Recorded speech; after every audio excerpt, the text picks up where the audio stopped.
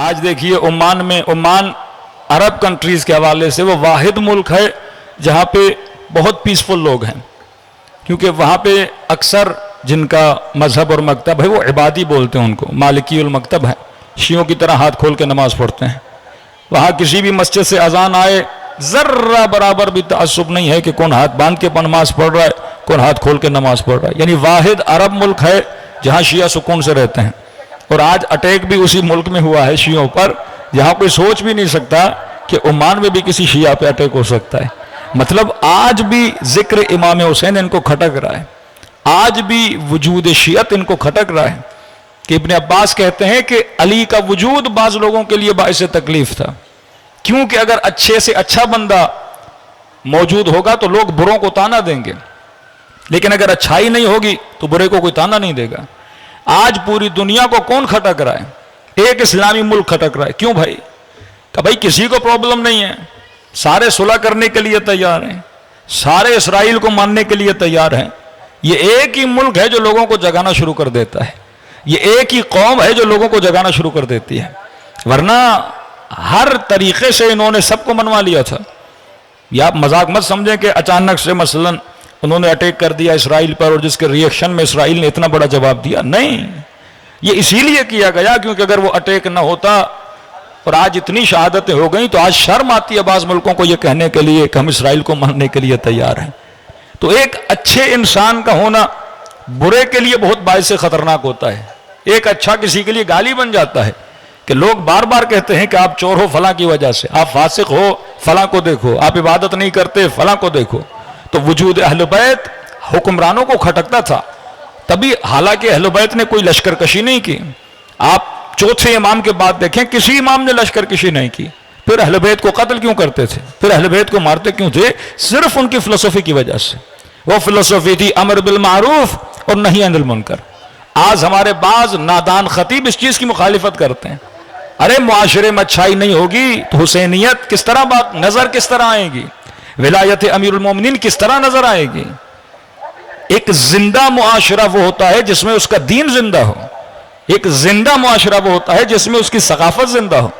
اگر ثقافت زینبی، اگر ثقافت حسینی ہمارے معاشرے میں نہیں تو کچھ بھی نہیں۔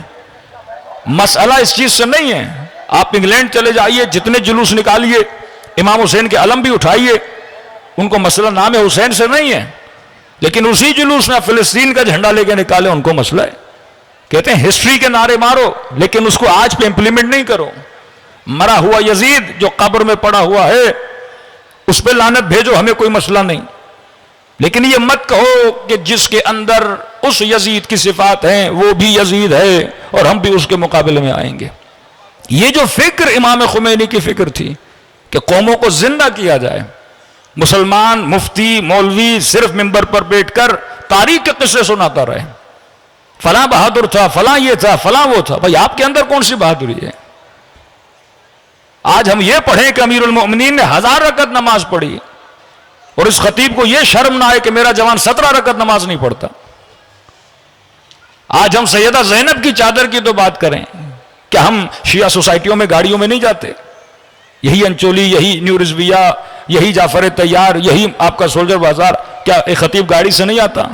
کیا اسے نہیں پتا کہ معاشرے کے حجاب کی صورتحال کیا ہے؟ کیا ہمیں نہیں پتا کہ ہمارے بچے یونیورسٹیز میں جاتے ہیں وہاں پہ کیا معاملات ہیں؟ کیا ہمیں نہیں پتا آفس میں جو لوگ کام کرتے ہیں ان کے معاملات کے کیا حال ہیں؟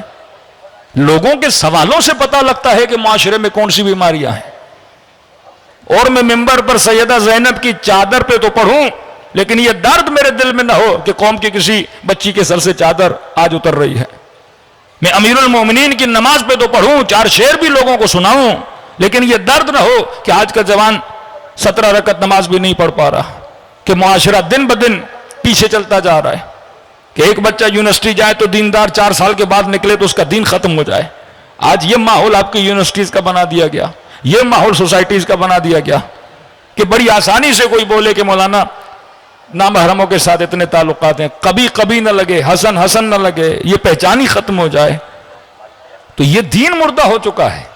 پھر صرف شعار دین باقی رہے گا کہ جس طرح آج برملا پاکستان کا مطلب کیا کہ لا الہ الا اللہ، تو نعرے مارنے میں کیا ہے کہ پاکستان کا مطلب یہ ہے، لیکن وہ مطلب کیا آپ کو نظر بھی آتا ہے کہ نہیں؟ تبھی ہمیشہ آغا قراتی کہتے ہیں نعرہ مارنا، ادعا کرنا، اس پر بھی روایتیں ہیں کہ مدعی کون ہوتا ہے، میں نے پچھلے سال پڑھا تھا، ادعا کرنا دنیا کا آسان ترین کام ہے۔ مجلس میں آنا، مجلس امام حسین سننا آسان ہے، لیکن خود کو اہل بیت کے نیٹ ورک کے اندر ڈال کر ویسی زندگی گزارنا یہ مشکل تھا جس پر اہل بیت لانا چاہتے تھے۔ خط لکھنا امام حسین کو بڑا آسان ہے، مولا حسین آ جائیے، اپنی جانیں آپ پر قربان کریں گے، لیکن کتنے لوگ تھے جناب مسلم ابن عقیل کے پیچھے، کتنے لوگ تھے جو امام حسین کے پاس کربلا میں پہنچے۔ ایک ریزن ابن زیاد نے موت کا خوف دیا، جس طرح آج اتنا مجمع بیٹھا ہے، ابن زیاد نے مجمع کو دیکھا اور کہا کہ میں وہ فصلیں دیکھ رہا ہوں جو کٹنے کے لیے تیار ہیں، مطلب تمہارے سر جو ہیں کٹنے کے لیے تیار ہیں، موت سے ڈر گئے۔ دوسرا، جو حکومت سبسڈی دیتی تھی عوام کو، کہا کہ آج کے بعد اس سبسڈی کو بند کر دیں گے جو حسین ابن علی کی مدد کے لیے جائے گا۔ مال کی محبت، جان کا خوف، جس کی وجہ سے امام حسین کو انہوں نے چھوڑ دیا اور فرزند رسول کربلا کے میدان میں تک و تنہا کیا ہو گئے، شہید ہو گئے۔ تو اگر حسینی معاشرہ بناؤ گے، کیوں امام زمانہ اپنی توقیات میں فرماتے وَلَوْ اجْتَمَعَ شِيَعَتُنَا، فرماتے اگر ہمارے شیعہ قلبی طور پر جمع ہو جائیں، اعتقادی طور پر جمع ہو جائیں، اعمال کے اعتبار سے جمع ہو جائیں، قول فعل عمل اگر ان کا ایک ہو جائے، تو فرمائے ہمارا ظہور بڑا قریب ہے، ہم آ جائیں، مولا آ جائیں۔ پھر وہی کیفیت اگر ہو جائے کہ امام کے لیے کوئی قربانی نہ دے سکے، امام کے فرمان پر کم، اب تو نہیں مولانا امام آئیں گے تو ہم کریں گے، بھائی ابھی کرو نا، یہ کیا بات ہے کہ امام آئیں گے تو ہم کریں گے؟ ابھی 24 گھنٹے کیا میرے ایسے ہیں کہ امام زمانہ مجھ سے کیا ہو جائیں، راضی ہو جائیں۔